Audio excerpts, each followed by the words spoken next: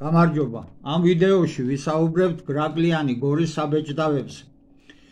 არის რამოდენიმე დასკვნა და ერთ-ერთს გაგაცნობთ და იმ დასკვნის მიხედვით გავყვეთ შემდეგ. პირველი მუხლი საბეჭდავების ადრეული ნიმუშები იმპორტირებულია სამხრეთ რეგიონებიდან, მესოპოტამია და შეესაბამება მტკვარ არაქსის კულტურის ხანას. ეს დასკვნა არის კიდევ ერთი დასტური, რომ სამხრეთ კავკასიიდან სემის, ქამისა და იაფეთის სხვადასხვა ადგილებში განსახლების შემდგომ ქართლოსიანები შუა მდინარეთიდან მობრუნდნენ იაფეთის საწყის განსახლების არეალში. იცით, რომ იაფეთიდებივათ. თანაც სწორედ ძველი წელთაღრიცხვის მესამე ათასწლეულის დასაწყისში და მათ ჩაანაცვლეს ქამიტური მტკვარ არაქსის ადგილობრივი კულტურა, რომლის ეგრეთ წოდებული გარდამავალი ეტაპი არის თრიალეთის კულტურა. მეორე მუხლი არის ადრეული იმპორტირებული კონუსური და ცილინდრული საბეჭდავების დეკორი, სტანდარტულია და ძირითადად ზიგზაგებით შედგენილ ტალღისებურ ორნამენტებს წარმოადგენს. აი ეს დავიმახსოვროთ, ტალღისებული ორნამენტები და მერე გავმარტავთ თქვით. საბეჭდავებზე ორნამენტები რამდენად დასაშვებია, ცოტა რთული გასარკვევია აღსაქმელის. მესამე, საბეჭდავების იმპორტი წყდება ძველი წელთაღრიცხვის მე-13 საუკუნიდან. მეოთხე მუხლი არის ძველი წელთაღრიცხვის მეორე ათასწლეულის მიწურულს ადრე-ბრინჯაოს ხანა. საბეჭდავები კვლავ არის გამოყენებული და მათ მხოლოდ საკულტო ფუნქცია აქვთ შენარჩუნებული. ჩვენ ამ დასკვნასაც დავაზუსტებთ ოღონდ განსხვავებული კუთხით, თუ რატომ საკულტო. შემდეგი მუხლია ძველი წელთაღრიცხვის მე-12-მე-13 საუკუნიდან იწყება ადგილობრივი საბეჭდავების ტვიფარების წარმოება. ესეც გასაგები, ესე იგი. მეექვსე, ტვიფარების წარმოების დაწყება ქრონოლოგიურად თანხვდება ადრეული პალეოქართული დამწერლობის შემოღება საქართველოში ძველი წელთაღრიცხვის მე-10 საუკუნე. ჩვენ დავადგინეთ, რომ სტელას გაშიფრით, რომ ეს ძველი წელთაღრიცხვის მე-10 საუკუნე კი არ არის, ძველი წელთაღრიცხვის მე-11 საუკუნის ბოლო, ანუ ძველი წელთაღრიცხვის 1018 წელი, 18 წლით ადრინდელი ვიდრე დადგებოდა თქვათ მე-10 ძველი წელთაღრიცხვის მე-10 საუკუნე. შემდეგი მუხლია ტვიფარების წარმოების დაწყება ქრონოლოგიურად თანხვედრილია წონის ადგილობრივი ერთეულის შემოღებასთან. წონის ადგილობრივი ერთეულის საკითხი ჩვენ განვიხილეთ. აი ეს სიტყვა და ეს ერთეული დატანილი არის თიხის ლარნაკზე და გთხოვთ უყუროთ ამ ვიდეოს, ის გავშიფრეთ ის სიტყვა და იქ გვაქვს წარმოდგენილი ყველაფერი. დავიწყოთ. ზემოთ დასკვნაში აღნიშნული იყო სტელაც და ასე შემდეგ და ვისაუბრეთ ამ საკითხებზე, იქ საკურთხევლის წარწერაზე და არ ქონდა ნასაუბრები საბეჭდავებზე. ამიტომ დავიწყოთ საბეჭდავებით. აქ წერენ, რომ ერთ-ერთ დასკვნაში, რომ იმპორტირებული არისო მესოპოტამიიდან. ჩვენ დავაზუსტეთ, რომ არა მარტო მესოპოტამიიდან და სხვა ბევრ ცივილიზაციებთან ან კულტურებთან არის კავშირში. დავიწყოთ ჩატალ-ჰოიუკით.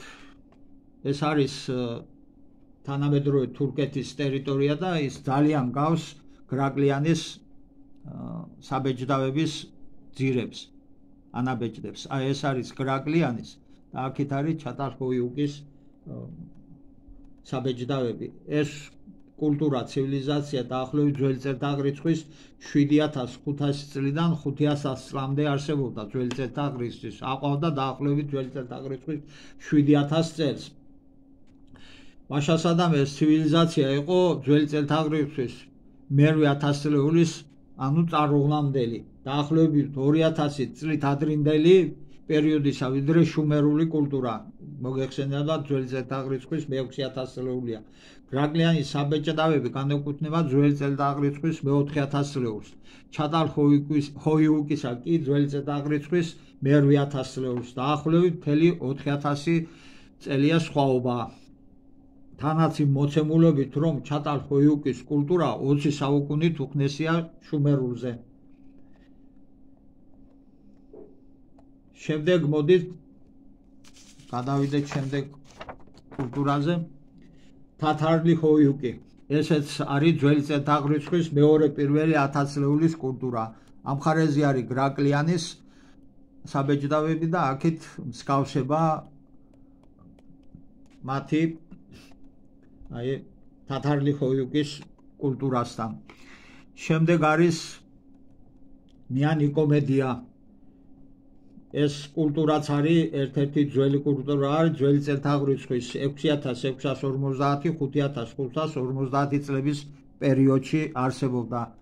ეგერ არის გრაგლიანის საბეჭდავები და ეს ნიკომედიას კულტურა თანამედროვე მაკედონიის ტერიტორიაზე. შემდეგ მოდის ახარბანა. აქაც შეადარეთ. შემდეგ არის ჰარაპა. აქ უკვე განსხვავებული ტიპის საბეჭდავებია. მოჰენჯო-დარო. გადავიდეთ შემდეგზე. ბაქტრია მარგიანე ამლაში. ესენი დააგვირდით აქ კარგად ყველაფერს და ვივადგეთ პრეკოლუმბიურ აცტეკურ კულტურას. აგერ არის წარმოდგენილი. აქეთ გრაგლიანის გველეშაპია გამოსახული და აქ თვალიც აქვს აცტეკურ კულტურაში გველეშაპს წარმოდგენილია.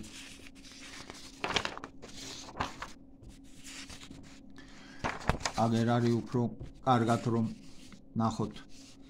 შემდეგ არის ტაინო კულტურა. ეს არის ქრისტოფორე კოლუმბი რომ შეხვდა პირველად მინდიელებს. მათი კულტურა არის და სრულიად ახალი წელთაღრიცხვის მე-16 საუკუნე არის. მათი საბეჭდავები აქვს გრაგლიანი და ეს საბეჭდავები კიდე აღმოსავლეთის სხვა საბეჭდავებსაც გავს.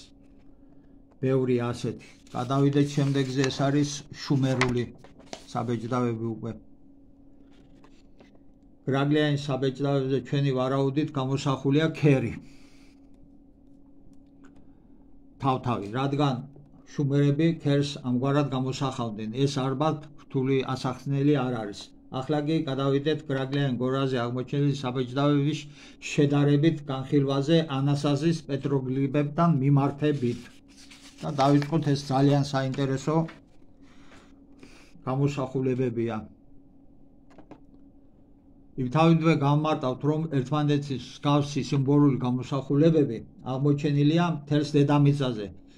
ჩვენ წარმოგიდგენთ მხოლოდ ძალიან მცირე ნაწილს. ამასთან თქვენს ყურადღებას გავამახვილებთ ენათმეცნიერთა ერთ მეტად უცნაურ მეთოდოლოგიაზე. თუ ორი ან რამდენიმე კულტურის ხუთი ლოგოგრაფიული გამოსახულება ერთმანეთის იდენტურია, თურმე არ შეიძლება ამ კულტურათა ურთიერთგავლენაზე საუბარი.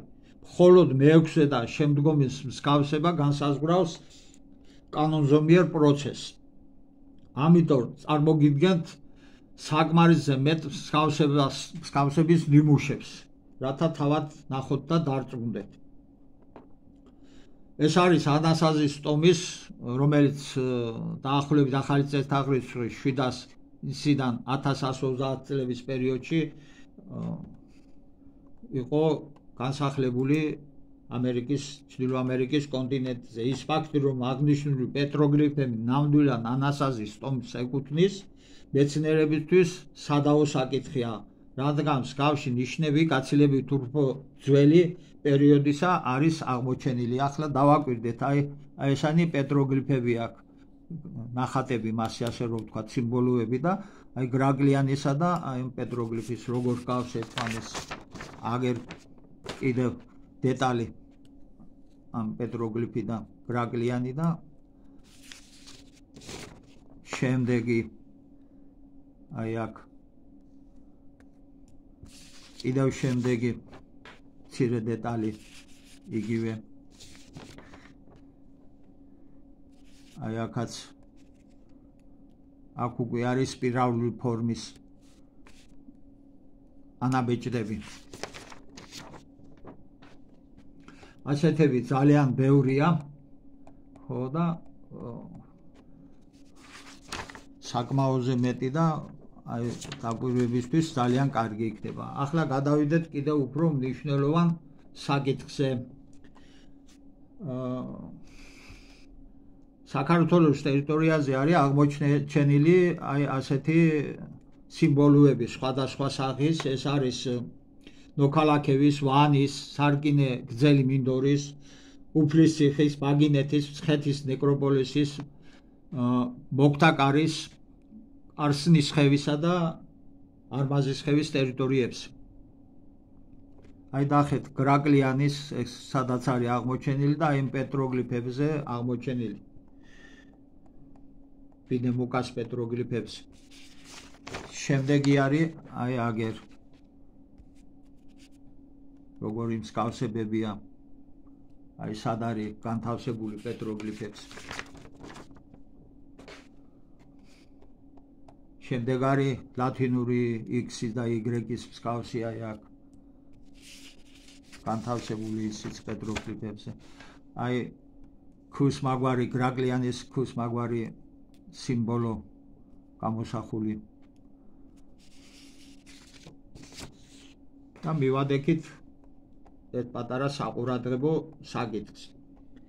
ქართული ბორჯღალი პეტროგლიფზე, ანუ კლდეზე გამოსახული. ფრთების რაოდენობა ორივე შემთხვევაში იდენტურია. მოძრავის მიმართულებაც. როგორ შეიძლება ამის ახსნა, ამას ფიქრი სჭირდება. ამ პეტროგლიფზე ისეთი ნიშნებია ამოკვეთილი, მოცლილი ადამიანის ნამოქმედარი ნამდვილად არ უნდა იყოს. დასავლეთ ნევადაში აღმოჩენილი პეტროგლიფები სულ მცირე 10,500 წლისაა, რაც ერთ-ერთი უძველესია